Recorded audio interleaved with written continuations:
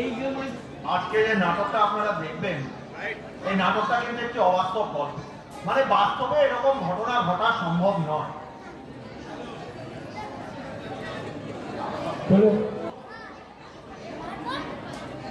আমি নিজে বাজারে গিয়ে সেরা দই মিষ্টি কিনে আনলাম, আর এখন কাটা বলে কিনা লঙ্কা পোড়া দিয়ে পান্তা ভাত খাবে।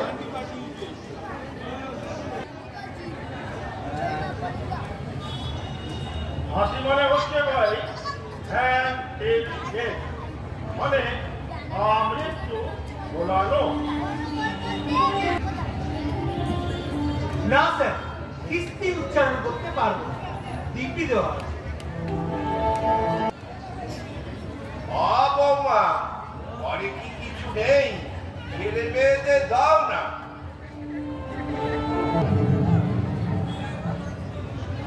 আপনি অত্যন্ত অবাক।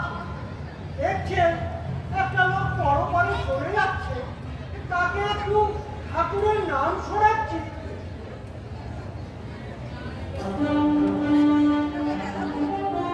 নকুল মনোজ সর্দার। আরে দূর মানা, দেখিস বাংলা কোনো কাজ হচ্ছে না, আবার হিন্দি। রাম সিং সত্যনারায়ণ চক্রবর্তী। अरे भाई, हिंदी में बताने से कुछ फायदा होगा? এবং কমন্ডল রজত রায়।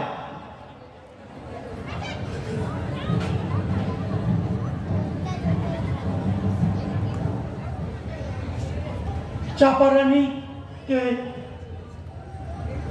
না গো বাবুরা, আমার সত্যি কিছু মনে পড়ছে না।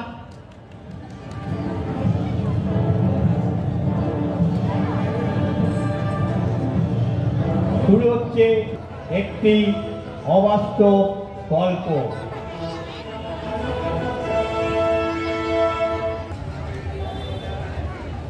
নমস্কার। এই প্রথমে আপনাদেরকে একটা কথা জানিয়ে রাখি, আপনারা আজকে যে নাটকটা দেখছেন, এই নাটকের গল্পটি কিন্তু সম্পূর্ণ অবাস্তব। মানে বাস্তবে কিন্তু এরকম ঘটনা ঘটা সম্ভব নয়। আচ্ছা, আপনাদেরকে যদি একটা কথা জিজ্ঞেস করি যে আপনারা কি মৃত্যুদণ্ডের পক্ষে? আর সেই মৃত্যুদণ্ড যদি ফাঁসি হয়? আমি জানি শতকরা 61 জন বলবেন হ্যাঁ, শতকরা 28 জন না বলবেন, আর ওই শতকরা 11 জন হ্যাঁ না কোনটাই বলবেন না। এই যে শতকরা 61 জন হ্যাঁ বলবেন, তাদেরকে যদি জিজ্ঞেস করি মশাই এই ফাঁসি কিভাবে দেওয়া হয়, সেই সম্বন্ধে আপনাদের কোন রকম ধারণা কিছু আছে? আমি জানি আপনারা না বলবেন, আমি জানি আপনারা নাই বলবেন।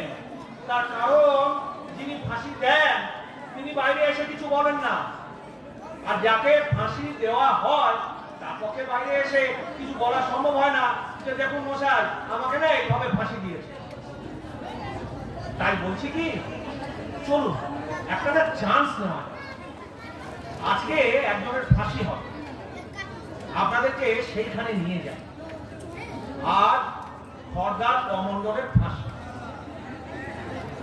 আজ থেকে প্রায় 5 বছর আগে কমন্ডল তার স্ত্রী চাপারানীকে গলা টিপে খুন করে।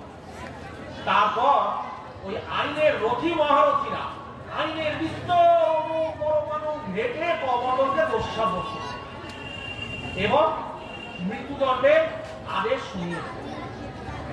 আজ কমন্ডলের ফাঁসি।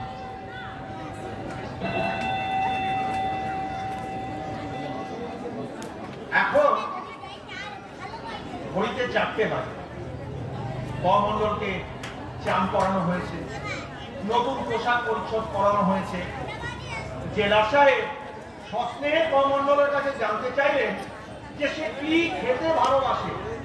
আর কি আশ্চর্য দেখুন, সবাইকে অবাক করে দিয়ে কমন্ডল বলে কিনা সে লঙ্কা পোড়া দিয়ে পান্তা ভাত।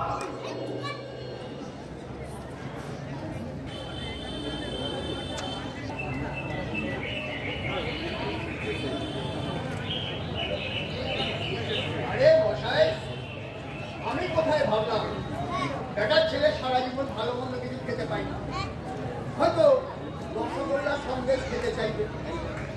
আমি নিজে বাজারে গিয়ে সেরা দই মিষ্টি কিনে আনলাম। আর এখন বেটার ছেলে বলে কিনা লঙ্কা পোড়া দিয়ে পান্তা ভাত খাবে। আরে বলুন দেখি, আমি এখন পান্তা ভাত পাই কোথায়? আমি বলছিলাম কি জেলার সাহেব, হাতে জল ঢেলে দিলেই তো পান্তা হয়ে যায়। আরে অত সহজ। ফাঁসির আসামি, ওকে আমি চিট করেছি শুনলে সরকার আমাকে চিট করে দেবে না? উফ, কি বিপদে এসে পড়লুম। আমি বলছিলাম কি জেলার সাহেব, পান্তা ভাত কি খাওয়াতেই হবে? আপনি বলেন কি ডাক্তার সাহেব, ফাঁসির আসামির শেষ ইচ্ছে, তাকে আমি যদি পান্তা ভাত না খাওয়াই তাহলে গভর্নমেন্ট আমার চাকরি খাবে না?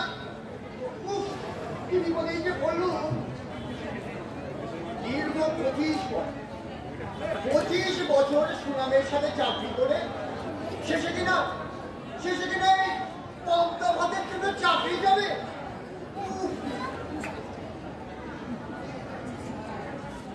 মনে পড়েছে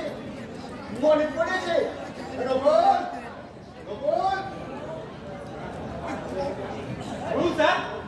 শোনো, তুমি একবার আমার কোয়ার্টার্সে যাও, ওখানে গিয়ে এম সাহেবকে গিয়ে জিজ্ঞেস করবে তাহলে রাতে ছোট খোকা ন্যাকা করেছিল বলে ভাত খাই, সে ভাতটাকে ফেলে দিয়েছে। আচ্ছা স্যার। আরে শোনো না, যদি বলে হ্যাঁ ফেলে দিয়েছে তাহলে পরিষ্কার করে দেবে তিনি যেন এই ছেলেপুলে নিয়ে বাপের বাড়ি চলে যায়। আর বড় বাবু 2-1 দিনের মধ্যে চাকরি খুঁজে ওখানে গিয়ে হাজির হবে। আচ্ছা স্যার। আর শোনো না, যদি বলে না ফেলে দিইনি জল দিয়ে রেখেছি তাহলে একটা থ্যাংক ইউ জানিয়ে ওই ভাত কয়টা একটা থালায় ঢেলে নিয়ে আসবে, আর সঙ্গে 4টে পোড়া লঙ্কা। আচ্ছা স্যার। আর শোনো, যাওয়ার সময় এই অফিস ঘরে টেবিলে দেখবে কিছু মিষ্টি আর 1 ভাত দই আছে, ওটা নিয়ে গিয়ে মেম সাহেবকে দিয়ে বলবে এই ছোট খোকাকে দিতে। আচ্ছা স্যার। এই শোনো না, ওইটা না ছোট খোকাকে দিতে বারণ করে, ওটা একটু ঘোল করে রাখতে বলো, আমি রাত্রি গিয়ে খাবো। আচ্ছা স্যার। কি হলো, দাঁড়িয়ে রইলে যে? না যদি আর কিছু বলার থাকে। আমার আর কিছু বলার নেই, তুমি যাও। আচ্ছা স্যার। শোনো, একটু তাড়াতাড়ি এসো।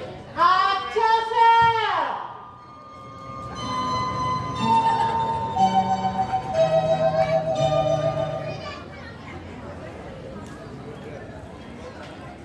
যাই হোক, জেলা সাহেব অনেক কষ্ট করে কমণ্ডলের শেষ ইচ্ছে অনুযায়ী তাকে পান্তা ভাত খাওয়ায়। তারপর কমণ্ডলকে ফাঁসির মঞ্চের কাছাকাছি একটা জায়গায় নিয়ে আসা হয়। সেইখানে সরকারি পুরোহিত পঞ্চানন বাচস্পতি মহাশয় তাকে গীতা পাঠ করে শোনায়।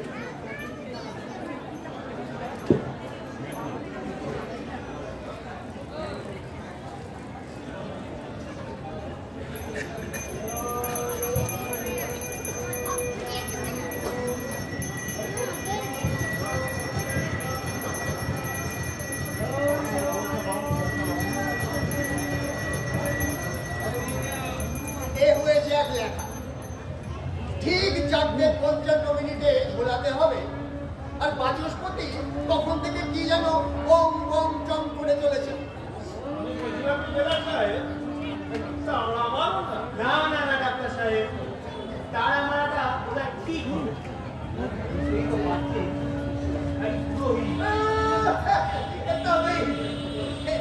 সরকারি পুরো, আরে বাবা শরীরে পাঠাতে সরকারি পুরুষের দিকে তাকিয়ে বসে থাকবে না, সে তো সময় হলে হঠাৎ করে খুলে যাবে। ও বাচস্পতি মশাই, আপনার হলো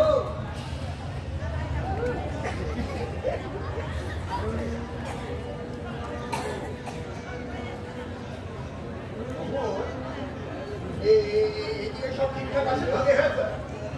সব ঠিক আছে। যখন ওই হ্যাংম্যান, তারপরে ওই দড়ি, কালো কাপড় সব সব রেডি আছে স্যার। সবই তো ঠিক হলো, কিন্তু কিন্তু বাচস্পতি কেন এত দেরি করছেন? আরে ও সাহেব বাচস্পতি, আপনার হলো?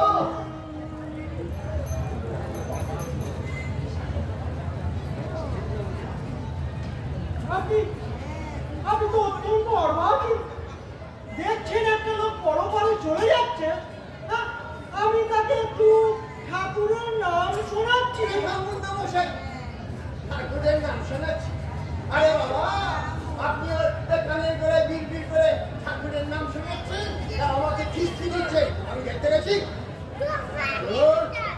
বেশি কথা না বলে তাড়াতাড়ি করুন, একদম সময় নেই।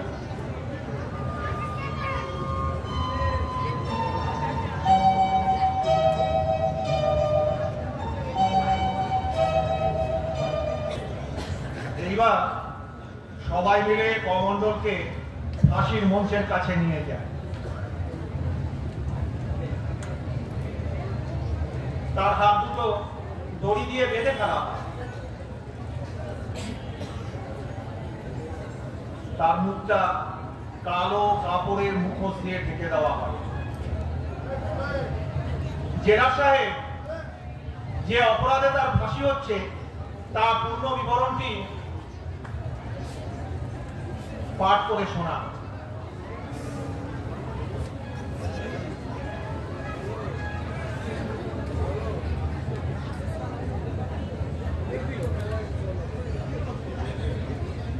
আদালতের যে রায় বলে কমণ্ডলের মৃত্যুদণ্ড হয়েছে, সেই রায়ের বয়ানটিও জেলা সাহেব কমণ্ডলকে পড়ে শোনান।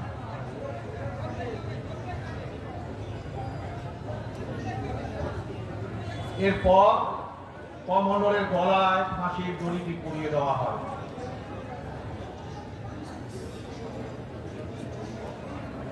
জেলা সাহেব 10 থেকে নিচের দিকে গুনতে শুরু করে।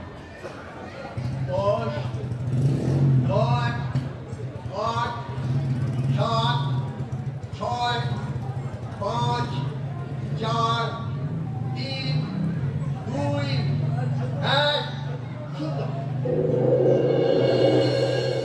ব্যাস, এইখানেই কমণ্ডলের জীবনের শেষ এবং আমাদের নাটকের শুরু।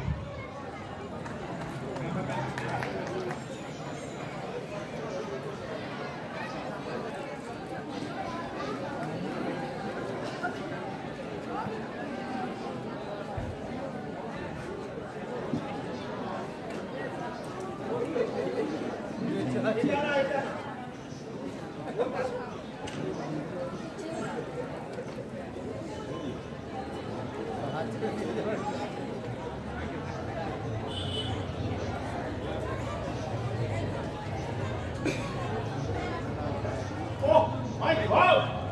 He's still alive! Yes, yes. I swear, he is still alive. না না, হতেই পারে না। আপনার নিশ্চয়ই কোথাও ভুল হচ্ছে। ভুল? ভুল আমার হয় না। ডাক্তার হিসেবে মানুষ বাঁচবে কিনা তা হয়তো বলতে পারি, মানুষ মরে গেলে ঠিক বলে দিতে পারি। হবেই তো, হবেই তো। এই মন্ত্রপাঠের সময় এত বাধা দেওয়া, ও কাজ কি একবারে সফল হবে নাকি? একবারে হবে না মানে? ওকে কি আবার ফাঁসি দিতে হবে নাকি? কি করবেন স্যার? সরকারি হুকুম বলছে until death Doctor, is it really possible? I don't really know. সাধারণত ফাঁসি হওয়ার 5 থেকে 10 মিনিটের মধ্যে মানুষের গাড়ি থেমে যায়, কিন্তু বাবু বলুন স্যার, লাশটা নামিয়ে নিয়ে আসুন। You can't call it a last. He is still alive. আরে থাকুন না মশাই, একটা কাজ সুষ্ঠুভাবে করতে পারেন না, আমার আইন শেখাচ্ছে।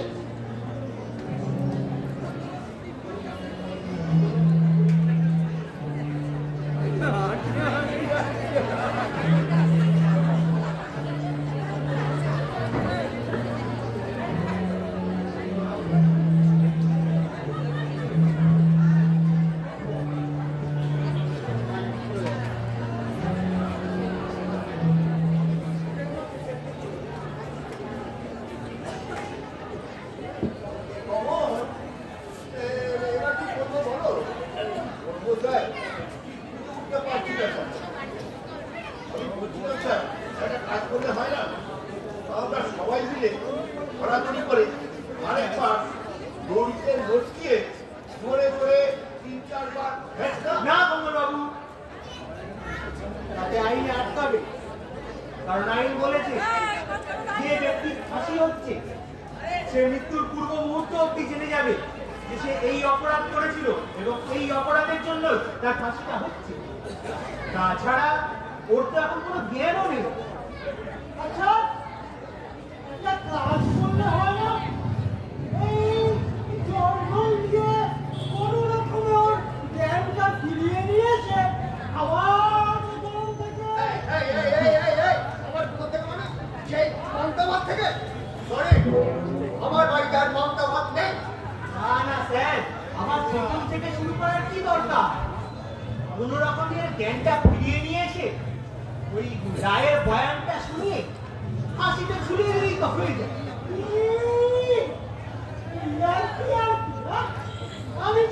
আমি তোমার ঘাস কাটতে এসেছি, আমার একটা উপরি পাও না মাঠে মারা যাবে না, সেটা কখনো হয়? আপনারা জল দিয়ে ওর জ্ঞানটা ফিরিয়ে নিয়ে আসুন, আমি আবার ওকে মন্ত্র করে শোনাব। তো ভাই আর মন্ত্রের কাজ নেই। আপনারা ওই মুম্বাই মার্কা বম শুনে ওর প্রাণটা বোধ হয় দেহ থেকে বেরোতে চাইছেন। ডাক্তার সাহেব, দেখুন তো কোনো রকমে ওর জ্ঞানটা ফিরিয়ে আনা যায় না। ঠিক আছে, দেখছি।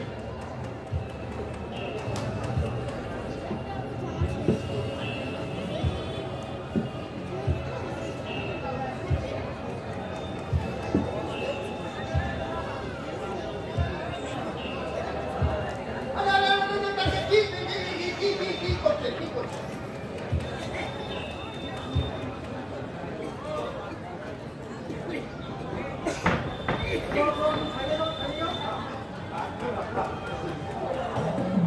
একে বলে মার্জওয়ানা, জোরে জোরে আর্টিফিশিয়াল রেসপিরেশন, হার্টের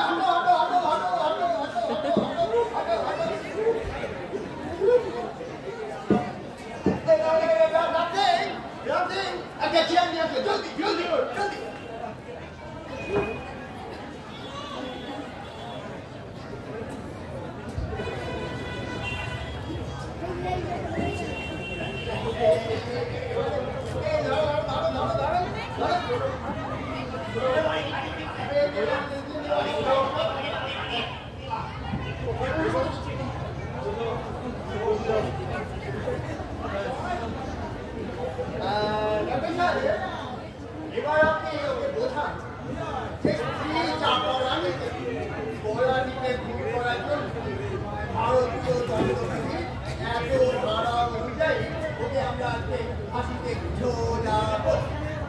ঠিক আছে,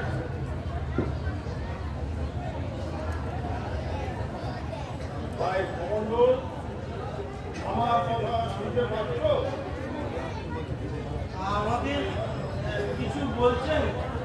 হ্যাঁ, তোমাকেই বলছি। তোমার নাম কমণ্ডল? কই, না, আমার তো কিছু মনে পড়ছে না। বলবে, মনে পড়বে। আমার সঙ্গে কথা বললে সব মনে পড়বে। এ আমি এখানে কেন? তোমার ফাঁসি হবে। ফাঁসি কি? স্বাস্থ্যসম্মত উপায়ে গলায় দড়ি দিয়ে ঝোলানো। আপনি সব ব্যাপারে আমার খুব কাটবেন না তো? ফাঁসি মানে হচ্ছে ভাই, মানে আমৃত্যু ভোলানো। তোমাকে আমরা ভোলাবো। আমাকে ঝোলালে কি হবে? তুমি মরে যাবে। মরা কি? বেঁচে না থাকা। তাহলে আপনি বলুন, আমি যাই। একটা কথা বলে দেখুন, খুব খারাপ হয়ে যাবে। মরা মানে হচ্ছে ভাই বেঁচে না থাকা। বাঁচা কি? বাঁচা মানে বাঁচা। এই যেমন আমরা বেঁচে আছি। আমরা কি সত্যি বেঁচে আছি? কি উত্তর দেবে না?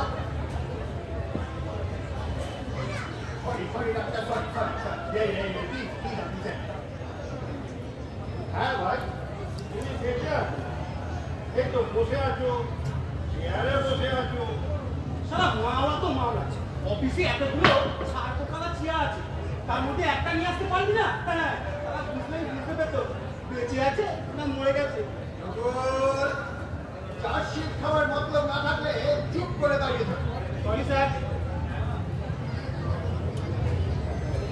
হ্যাঁ, তুমি বেঁচে আছো। এই যে আমি তোমার সামনে দাঁড়িয়ে আছি, তুমি আমায় দেখতে পাচ্ছ না? আপনি কে?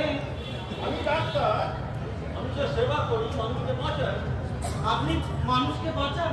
হ্যাঁ, মানে সাধারণ লোক। তাহলে তাহলে আপনি এতক্ষণ আমাকে মরার কথা বলছিলেন কেন? মানে যেটা আমার আর এগুলো ঠিক হবে না, বুঝলেন? ব্যাপারটা বড় ভেড়া জায়গায় চলে যাবে। আমি ওই কমান্ডার চেনো আমাকে? না, চেনো না? ও, তোমার তো না চেনারই কথা। তোমার তো আগে কোনোদিন ফাঁসি হয়নি। শোনো, আমার নাম পঞ্চানন বাচস্পতি। আমি সরকারি পুরোহিত, পূজা করি। কি পূজা করেন? গেলে সব পূজা করি। গেলে দুর্গা পূজা, গেলে কালী পূজা, গেলে সরস্বতী পূজা, আর এই ভারতে গেলে অনুশাসন পূজা। আবার ওই জেলার সাহেবের বাড়ি শনি পূজাও করি আমি। ওটাকে আবার এখানে জেনে আনলেন কেন? ওটা তো আপনার অফিসিয়াল ডিউটি। কিন্তু এখানে তো কোনো ঠাকুর দেখছি না। এখানে পূজা হবে? পূজা হবে এখানে ফাঁসি পূজা হবে। ওই এখানে তো কোনো ঠাকুর দেখছি না। ঠাকুরকে কি চোখ চাইলেই দেখা যায় বাবা? ঠাকুরকে তো অন্তর দিয়ে উপলব্ধি করতে হয়। উপলব্ধি করতে হয়। কত সব বোমবাস্টিক পাগল। মন্ডল, আমি ডাক্তারও নই, পুরুষও নই। আমি হলাম পুলিশ। পুলিশ কি? পুলিশ হলো তারা এই চোর ধরে যারা। পুলিশ হলো তারা, পুরুষ তারাই জানে। একটা কথা বলে দেখুন, একটা কথা বলে দেখুন, আমাদের ধাক্কা দিয়ে বের করে দেয়।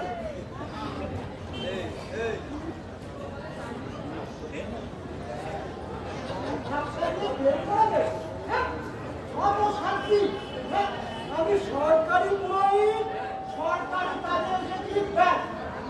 আমাকে ঘর থেকে বের করে দেওয়ার কোনো এখতিয়ার আপনার নেই।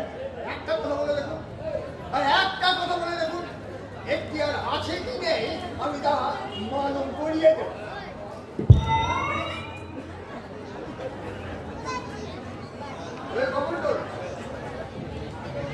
তুমি তোমার স্ত্রী চাপা রানীকে কলাটিতে খুন করে সেজন্য তোমার ফাঁসি হবে।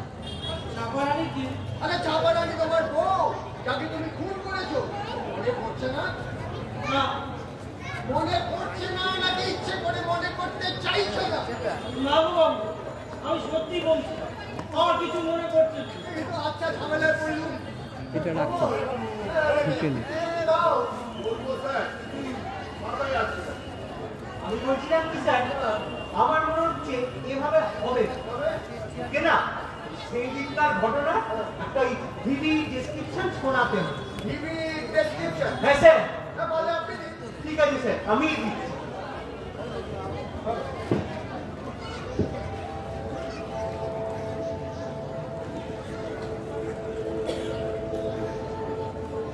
কমন্ডল, খর্দায় তোমার বাড়ি ছিল। বাড়িতে অন্ধ পুরো বাপ, 2 ছেলে মেয়ে আর বউ চাপা। সেখানকার একটা রোলিং মিলে তুমি কাজ করছো।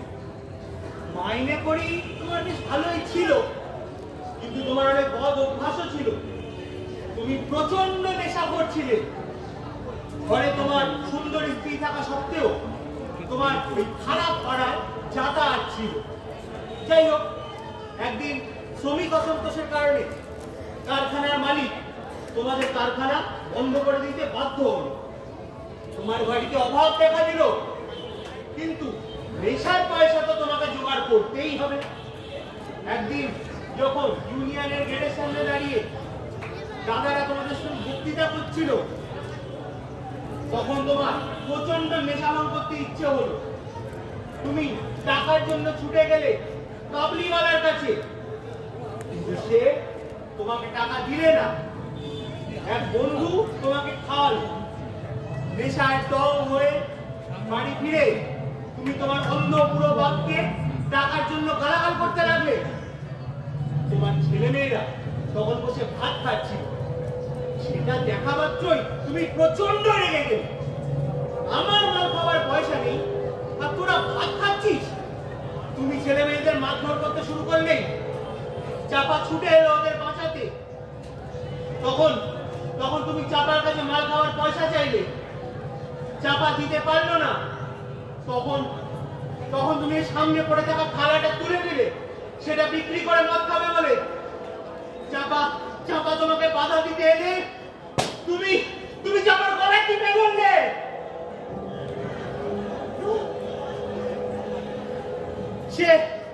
সে মরে গেল।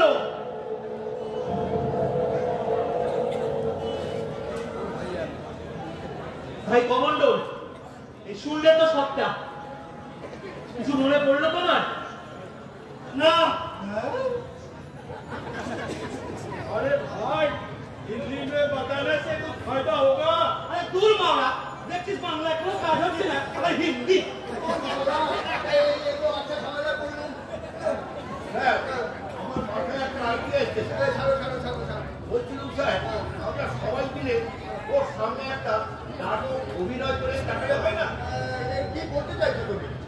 স্যার, ধরুন আমাদের মধ্যে কেউ কমন্ডল সাজে, আর বাকি সবাই সেই দিনের ঘটনাটা ওর সামনে আমরা অভিনয় করে দেখালো। Very bad idea. ডাক্তার সাহেব, এটা কোনো কাজ ধরে ফেলবো মনে হচ্ছে। হ্যাঁ, একটা চান্স নিয়ে দেখা যাবে। তাহলে শুরু করা যাক। তোমার তো চাকরি খুব ভালো আছে। তুমি ওই বৃদ্ধ বাপ, ঠিক আছে। আর অনেক বাবু, বলুন স্যার। আপনি কমন্ডল, ঠিক আছে। আর তোমরা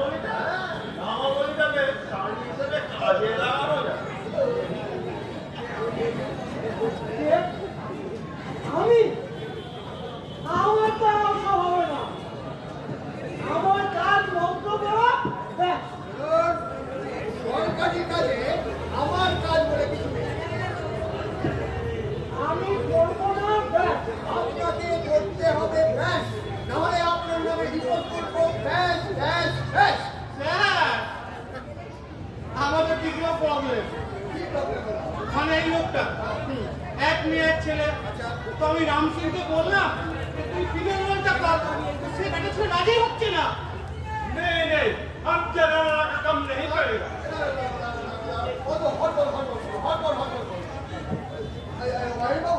বলুন স্যার। আচ্ছা কমণ্ডলের ছেলে মেয়েদের স্টেজটা আমাকে আগে স্যার ওর বড় মেয়েটা 7 বছরের আর ছোট ছেলেটা ওই 4 বছরের।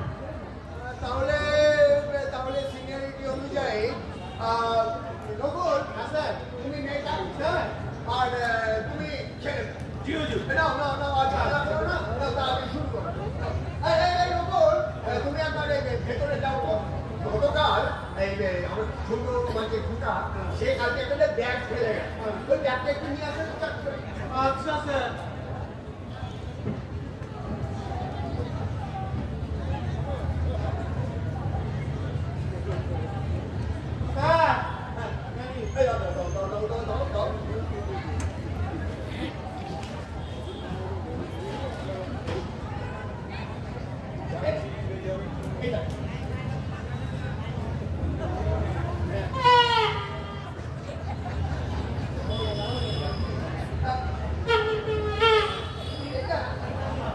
এটা তুমি না মাঝে মাঝে একটু চুপ চুপ চুপ আরে এইটা তো না খারাপ।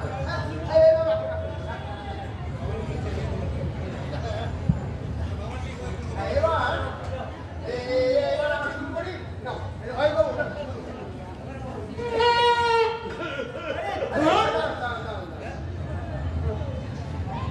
আমি ইউনিয়নের লিডার কারখানা গেটের সামনে থেকে বক্তব্য রাখছি। আজকে দীর্ঘ 1 মাস হলো আমাদের এই কারখানা বন্ধ আছে। মালিক বলেছে কমল, মালিক কি বলেছে একটু বলো। মালিকরা যা বলে থাকেন স্যার তাই বলছি। মালিকরা যা বলে থাকে তাই বলেছে, কিন্তু আমাদের এই কারখানা খোলাতেই হবে। আর এই কারখানার লাভ বা নাম আমাদের ভেঙে পড়লে চলবে না, আমাদের সোজা হয়ে দাঁড়াতে হবে ঠিক তাল গাছের মতো। আমার এই রবীন্দ্রনাথ আমার এই ছোটখানার বইয়ের কাছে লিখেছে, তাল গাছ এক পায়ে দাঁড়িয়ে সব গাছ ছাড়িয়ে উঁকি মারে আকাশে। আমাদের সেই তাল গাছের মতো সোজা হয়ে দাঁড়াতে হবে, সবার মাথা থেকে উঁচু হয়ে আমাকে উঁকি মারতে হবে। বন্ধুগণ, আমাদের ভেঙে পড়লে চলবে না। তোমরা সব তৈরি হও, আমরা একজোট হই। বন্দে মাতরম, বন্দে মাতরম।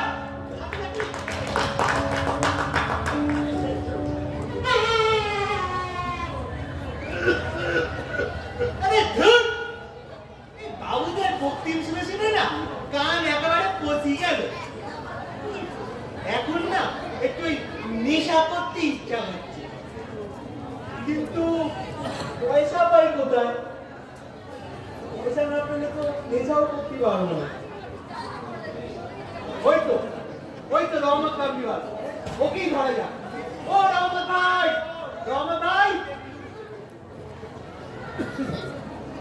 मंडल बाबू কেমন আছে? ভালো নেই ভাই, আজ 1 মাস হয়ে গেল কারখানা বন্ধ, ভীষণ বিপদের মধ্যে আছে। সেই কারণেই তো তোমার কাছে এসেছি। আমার কাছে কেন আসিয়াছে? মানে আমি তো তোমার কারখানার মালিক নেই আছে। আর বলছিলাম কি, ওটা টাকা যদি ফাঁসি থাকে ভালো। টাকা ধার পাবো তোমাকে? আরে তুমি টাকা ধার পাইলে শোধ দিবে কি করে? কারখানা খুললেই মানে তোমার সব টাকা আমি শোধ দিয়ে দেবো। আমার এখন আমিও তো দেবে। अरे दोनों चाहिए तो देखो, एक पैसा दीजिए ना, चाहिए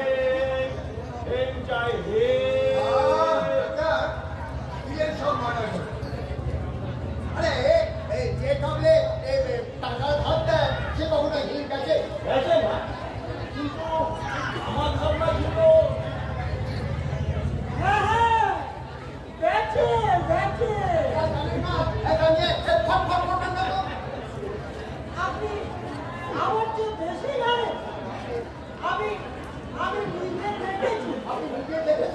আপনি নিজে দেখেছেন যে কামলে হিল গেছে সে টাকা ধার দেয়?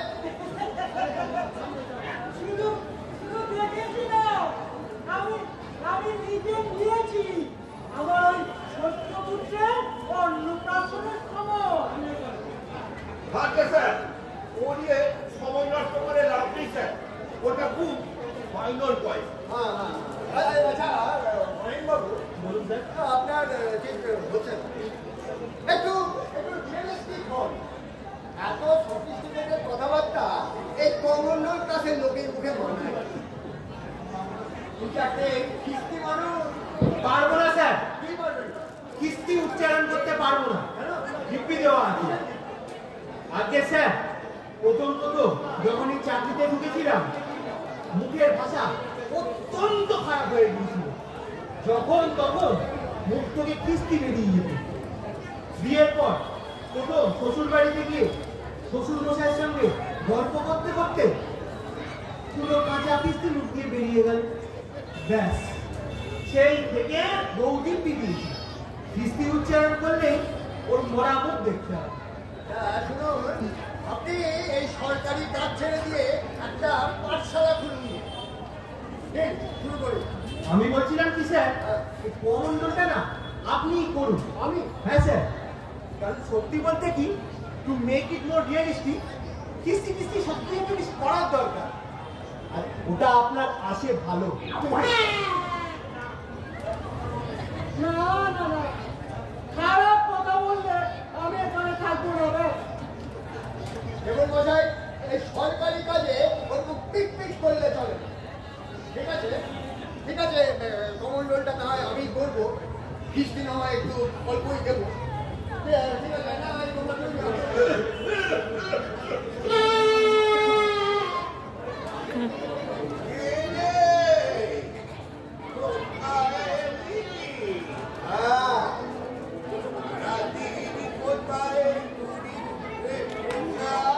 গরু চড়াতে যাই রে পুরো, জানো না আমি কি ধান্দায় ঘুরি?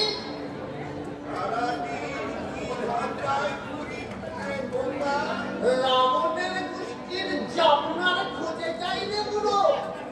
হ্যাঁ পুরো, তোমার কাছে যে দুপুরো টাকা আছে সেটা দাও।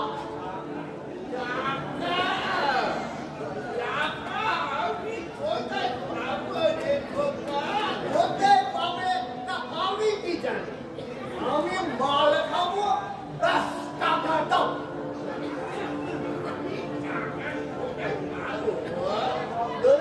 কোথায় পাবে? তাই না, আমি যখন আমার চাকরি ছিল তখন তখনই আমার পকেট থেকে রোজ টাকা সরাতে, সে টাকাটা কোথায়? বাবা ওই তো বলছি, ওই পকেট থেকে আমি একটা টাকাও দিইনি। মিথ্যে বলছিস পুরো, আমি নিজের চোখে দেখিনি। বাবা একদিন দেখেছিলি, যাও দিতে পারিনি। বন্ধ বাড়ি আন্দাজে আন্দাজে ওর পাশে যাওয়া বলে করে যেটা হাঁটতে ছিল সেটা ছিল বৌমার ছায়া। ছায়াতে তো বাবা পকেট থাকে না। অত কথা জানি না, আমি মাল খাবো, টাকা দাও। বলছি বাবা, এক পয়সাও দিতে পারবো না। দিতে পারবো না তো বাপ হয়েছিলে কেন? বাপ হয়ে ছেলেকে একমাত্র মদ কেনার পয়সা দিতে পারবে না তো জন্ম দিয়েছিলে কেন? আবার কেমন ধরনের কথা? বাপের সঙ্গে অমন ভাবে কথা বলে নাকি লোকে? এই মেয়ে ছেলে, হ্যাঁ বাকি তুই চুপ করিস। চুপ করবে কেন শুনি? বাবা, চাল এনেছো? না, চাল পাইনি। বাবা, আটা এনেছো? না, আটা পাইনি। तो हम लोग क्या खाएगा?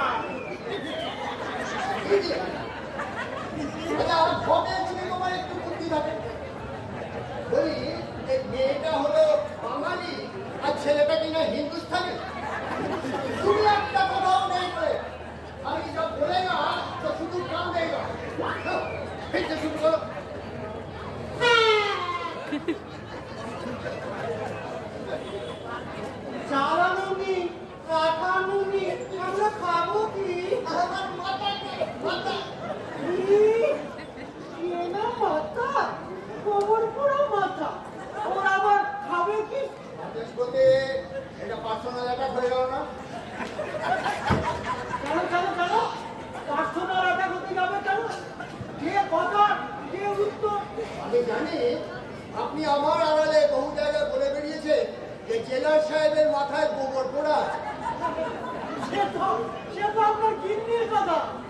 আমি খালি প্রচার করেছি মাত্র। আপনি তো বড্ড কেমন লোক মশাই, এই সামনাসামনি কিছু বলতে পারে না, তাই মৌকা পেয়ে শুনিয়ে দিল। ঠিক আছে, আমিও মৌকা পাই, আমিও দেখব।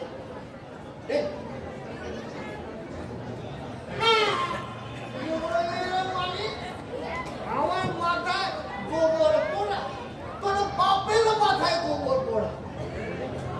বাপ খুলে কত বলবে না বলে দিচ্ছি।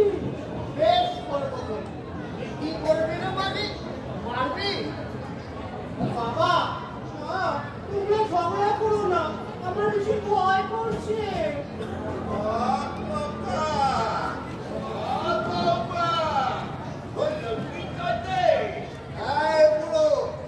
তোর সব কথায় তুই চুপ করে বসে থাক।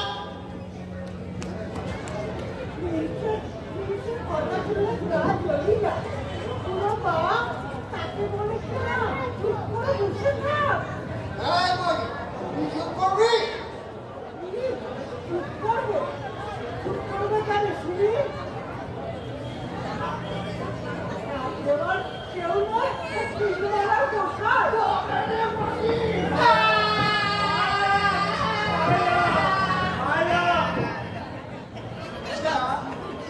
বাচ্চার সামনে ওই হেঁটে গলা হাইরাম হাইরাম করলে কাউকে অ্যাক্টিং করার একটু আসে। আরে তোমার বুদ্ধি বুদ্ধি কম। বাঙালির ছেলে কান্নার সময় তখন হায় রাম কান্না। আমি বলতে চাচ্ছি স্যার, অনেক দূর তো হলো, একবার দেখে হয় না ওর আদৌ কিছু মনে পড়লো কিনা।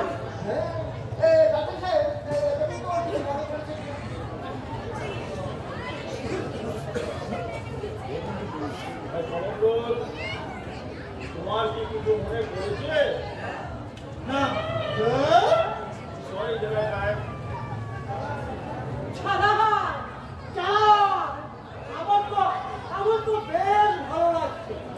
সেই পরে বাল্যকালে যাত্রা করেছিলাম, এখনো দেখছি এই প্রতিমাটা মরেনি। আপনার কি বলছেন?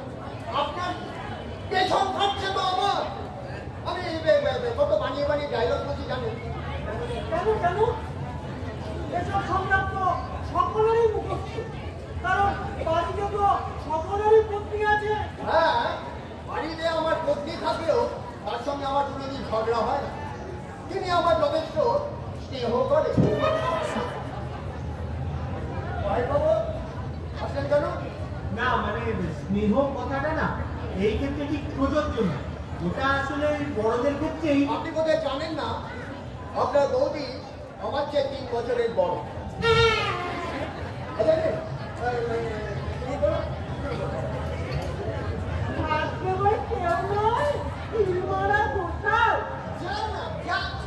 যেখানে ভালো খাবি সেখানে যা না। যাবই তো, যেখানে দুটো যায় সেখানেই চলে যাও। গেলেই তো পারিস, সে তোকে দিব্যি দিয়েছে এখানে থাকতে। তোর বাপের ক্ষমতা থাকলে তোকে নিয়ে যাক না। কেন আমার বাপ কিছু জানে কেন? এখন তো আমার বাপের পায়ে ধরে ছেঁকেছিলে আমাকে বিয়ে করার জন্য। তখন তো তোর বাপই আমার পায়ে ধরেছিল। মুখ কথা বলবে তোমার, আমার বাপের নামে কিছু বলবে না, মুখে পোকা পড়বে তোমার। এরপরে কি মামিলে পাবে না?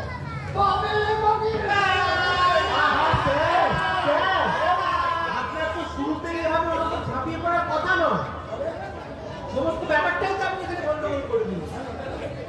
আপনি ওর কাছে মাল খাওয়ার জন্য টাকা চাইবেন, ও দিতে চাইবে না, ছেলে মেয়েরা খিদের জ্বালায় কাঁদতে থাকবে।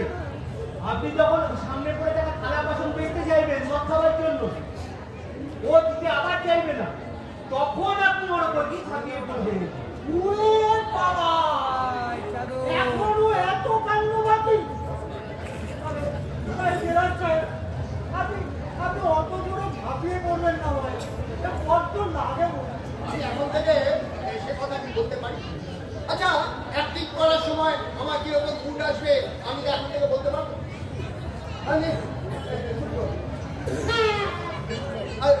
ছেলেমেয়েরা আমি ইশারা করলে তোমরা কাজ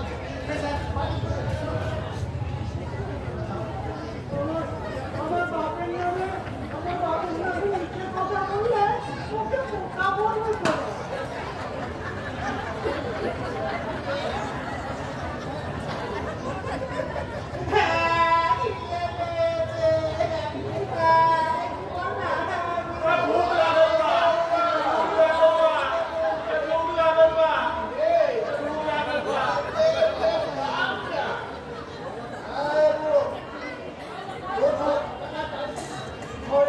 ঘরে আবার কি থাকবে? কেমন বাপ ছেলে মেয়েদের খেতে দিতে পারে না।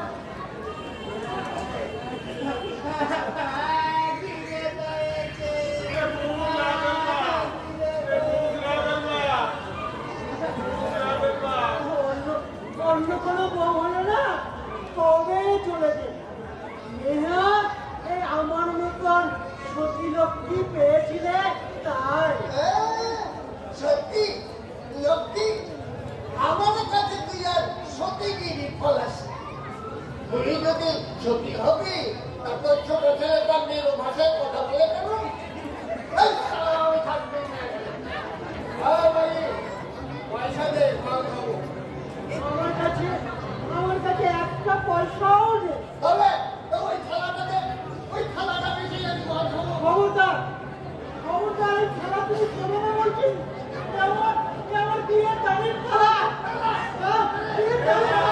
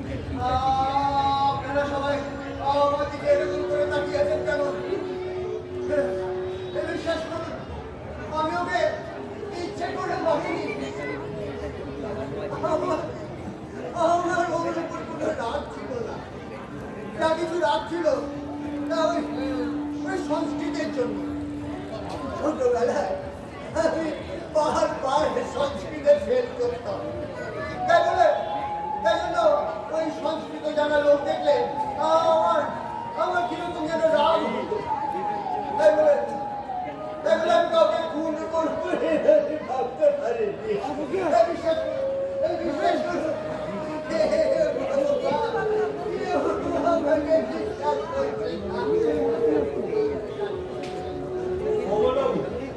ইমিডিয়েটলি হেডকোয়ার্টারে ফোন করে আমাদের পুরো ঘটনাটা জানানো দরকার। Doctor, what is your opinion? Well, you can call it a case of murder. সে কি করে হয় স্যার? আমি ওর গলাটা আস্তে করে চেপে ধরেছিলাম। ও যে আমাকে ফাঁসানোর জন্য মরে যাবে, এটা একটা অ্যাক্সিডেন্ট। তাহলে তো কমন্ডারের ক্ষেত্রেও ব্যাপারটা অ্যাক্সিডেন্টই হতে পারতো স্যার। দুটো কেসের মোটিভ সম্পূর্ণ আলাদা। কমন্ডার তার স্ত্রীকে খুন করেছে আর বাচস্পতি মরে গেছে। তার মানে স্যার আপনি বলতে চাইছেন বাচস্পতি মশাই সুইসাইড করেছে? আমি কি বলতে চাইছি আমি নিজেই জানি না। ডাক্তার সাহেব, আমাকে বাঁচান। মানে আমি আপনাকে কি করে বাঁচাবো? আপনার তো কোনো অসুখ করে। তাই তো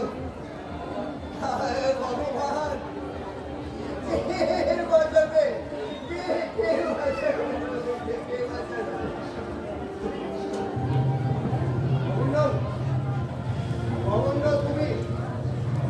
তুমি বড় বাঁচাতে আমাকে। তুমি তো সাক্ষী, তুমি তো দেখেছো তোমাকে বোঝানোর জন্য আমি ওই কলেজটা আস্তে করে তুলে ধরেছিলাম। ওকে সাক্ষী মেনে কি করবেন স্যার? একটু বাদেই তো সব কথা মনে পড়ে যাবে। তখন থেকে আমরাই ওকে আবার ফাঁসিতে ঝোলাবো। তাই তো ভগবান, ও যেন কিচ্ছু বলে না বলে। তুমি সব ভুলে যাও। তুমি কমন্ডল নও, চাপারানি তোমার কেউ নয়। তুমি কাউকে খুন করোনি। স্যার, এতক্ষণ তো আপনি অস্থির হয়ে উঠছিলেন যাতে কমন্ডলে সব কিছু মনে পড়ে। আরে বাবা, সে তো তখন আমার চাকরি বাড়ানোর জন্য। এখন আমার বাঁচানো দরকার। সরি স্যার, আর কোনো উপায় আমাদের হাতে নেই। কমলবাবু, আপনি একটু হেডকোয়ার্টারে ফোনটা করুন। কমল, আমি তোমাকে কত ভালোবাসি কমল। এক্ষুনি করুনি করুন না, ও কি মুশকিলে যে বললাম, কি মুশকিলে যে বলেছি আমি।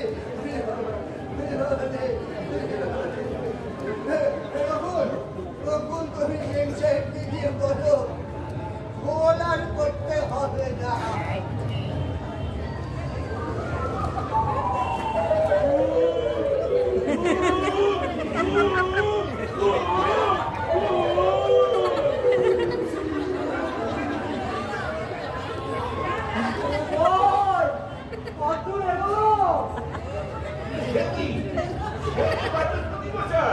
আপনি মারা যাননি?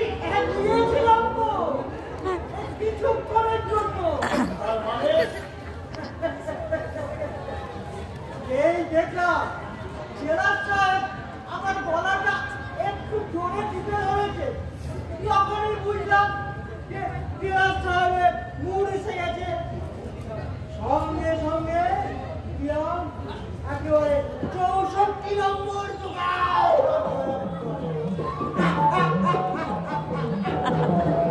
64 নম্বর জোগাড়।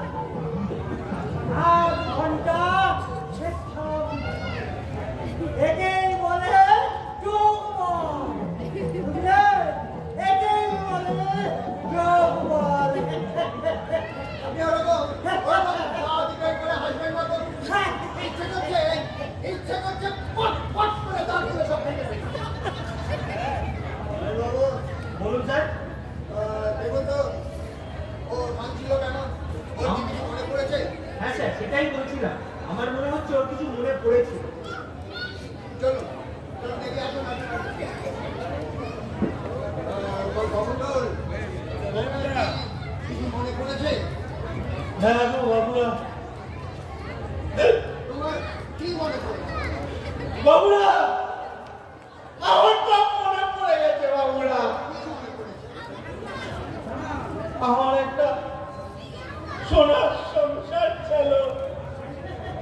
সোনার সংসারই তো বটে, 2 ছেলে মেয়ে 1 বউ। আমার মতো তো নয়, 9 ছেলে মেয়ে 2 বউ। আপনার কেচ্ছা করে কে শুনতে গেছে? কেচ্ছা বললেন কেন? কেচ্ছা নয়, মেয়ের বয়সী শালী তাকে আবার বিয়ে করেছেন। এটাই একেবারে শরীরের রক্ত উত্তপ্ত হয়ে উঠল। হ্যাঁ, আপনার বউ কেন প্রত্যেক শনিবার শনি পুজো করান তা কি আপনি জানেন? কেন? আমার মঙ্গলের জন্য? আপনার মঙ্গলের জন্য না হাতি? আপনার বউ নিজে আমাকে বলেছে, ঠাকুর মশাই শনি ঠাকুরকে বলুন ওই রাক্ষসীর হাত থেকে যেন আপনার বড় সাহেবকে বাঁচাতে পারি। ওই রাক্ষসীকে আপনার খুব শালী, সে তোমার এই কম্পাউন্ডের কারণ জানতে বাকি নেই। আমি বলছিলাম কি স্যার, এই সময় যদি আপনার এই পার্সোনাল ব্যাপারগুলো নিয়ে এত বেশি মাতামাতি করেন না, তাহলে আমাদের কাজের কিন্তু দেরি হয়ে যাবে। ঠিক আছে, আগে ওকে ঝোলাই, তারপরে দেখছি আপনাকে কি করে ঝোলাতে হয়। হ্যাঁ মঙ্গল, বলছিলাম তোমার একটা সুখের সংসার ছিল, তারপর? আমার একটা চাকরি ছিল। তারপর আমার ঘরে সুখ ছিল, শান্তি ছিল। রোজ সন্ধ্যেবেলা যখন আমার বউ সন্ধে প্রদীপ জ্বালাতো, আমার বুড়ো বাপ নাতি গোলামকে নিয়ে দাওয়ায় গল্প শোনাতো, তখন আমি কাঁদতে বাড়ি পেতাম বাবুরা। তারপর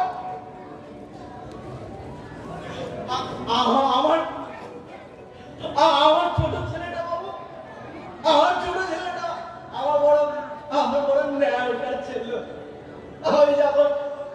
আমি যখন কাঁদতে বাড়ি পেতাম, তখন আমার পায়ে গুড়গুড় করে পোষা বেড়ালের মতো ঘুরে বেড়াতো বাবুরা। আর তখন সুখে আমার বুকের ভিতরটা উথাল পাতাল করে উঠত বাবুরা। তারপর হঠাৎ একদিন কারখানায় গিয়ে দেখি, কারখানার গেটের সামনে বিরাট একটা তালা ঝুলতেছে। রাতারাতি কারখানার মালিকরা কারখানার গেটে তালা ঝোলায় পালাই গেছে বাবুরা।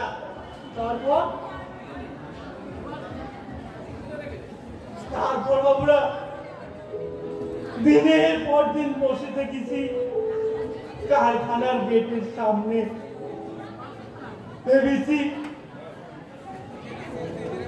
ভেবেছি আজ না হয় কাল তালা তো খুলবে। এতগুলান মানুষের পেটের ভাত মেরে তারা কি পালাই যাবে বাবুরা? না, তেনারা তো মানুষ বাবুরা।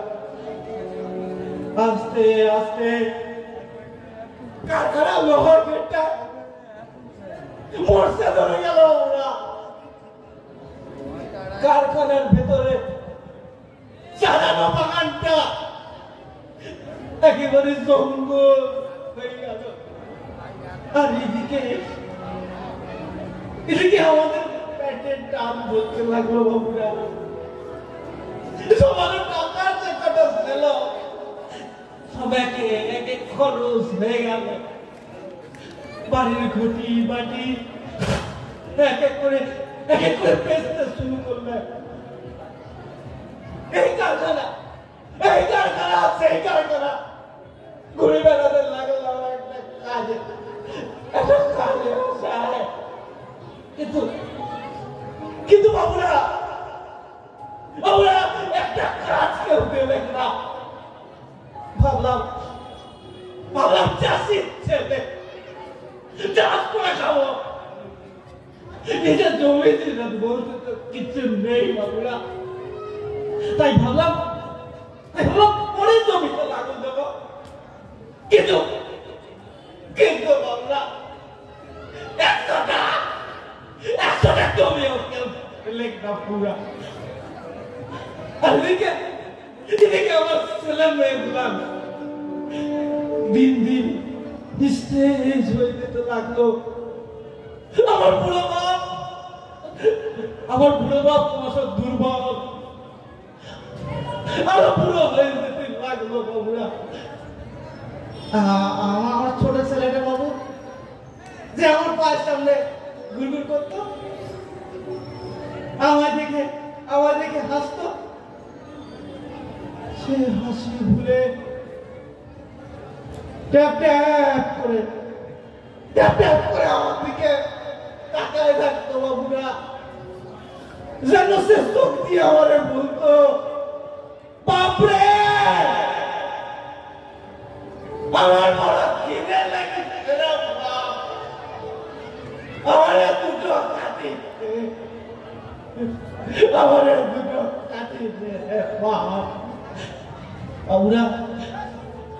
বাবুরা কষ্টে আমার বুকের ভিতরটা টনটন করে উঠত।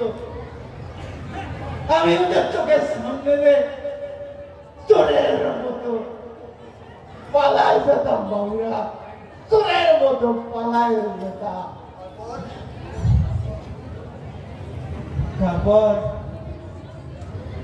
তারপর একদিন অনেক রেতে চোরের মতো বাড়ি ফিরেছি। ভেবেছি ছেলে মেয়েগুলো মনে হয় খিদের জ্বালায় ঘুমায় পড়ছে, কিন্তু বাবুরা ঘরে ঢুকে দেখি আমার ছেলে মেয়েগুলোর বসে ভাত খাচ্ছে।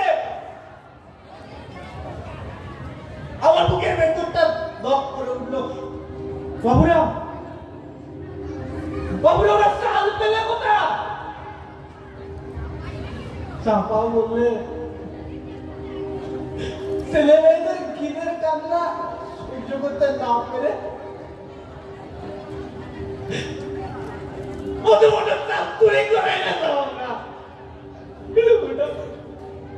চাল চুরি করে এনেছে। আমার মাথা তখন আগুন চলে গেল বাবুরা। না আমি দৌড়ে গেলাম ওদের ঘরের তালা টান মেরে তুলে ফেলে দিতে। না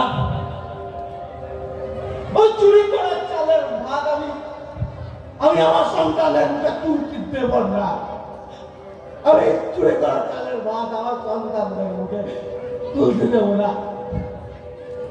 চাপা দিয়েছে, আমার পা দুখানি ধরে বললো,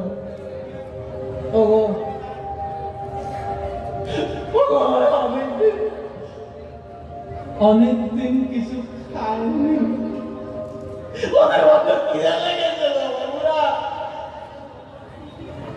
আমার তখন কান হয়ে পেয়েছে বাবুরা। আমি জোর করে চাপড়ে সরাই দিতে গেলাম,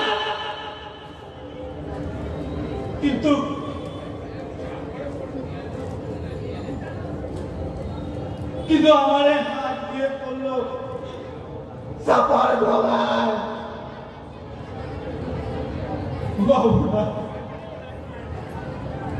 বাবুরা চাপাও তো অনেকদিন কিছু খাইনি,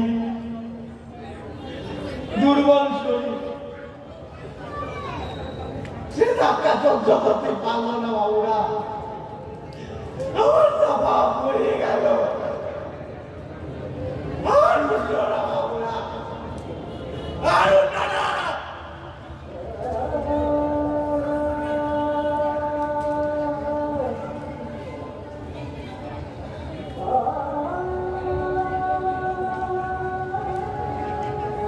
বাবুরা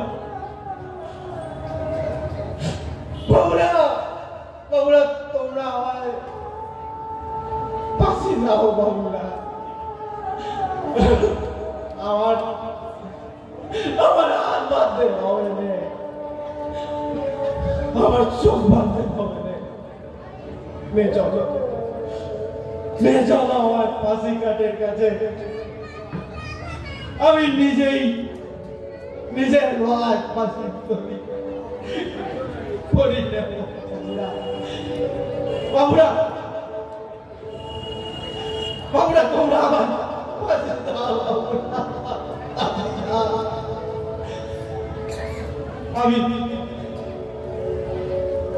আমি সাফার কাছে চলি যাই, আর সাফারে কে বলি,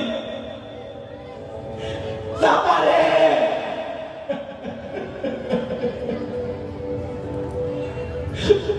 আমি তোকে মারি, সাফা আমি তোকে মারি,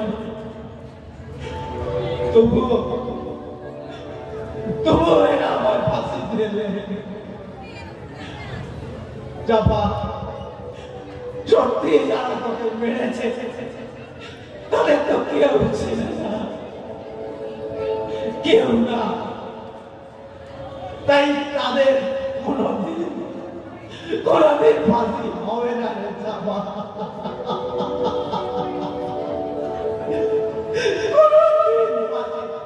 হবে না।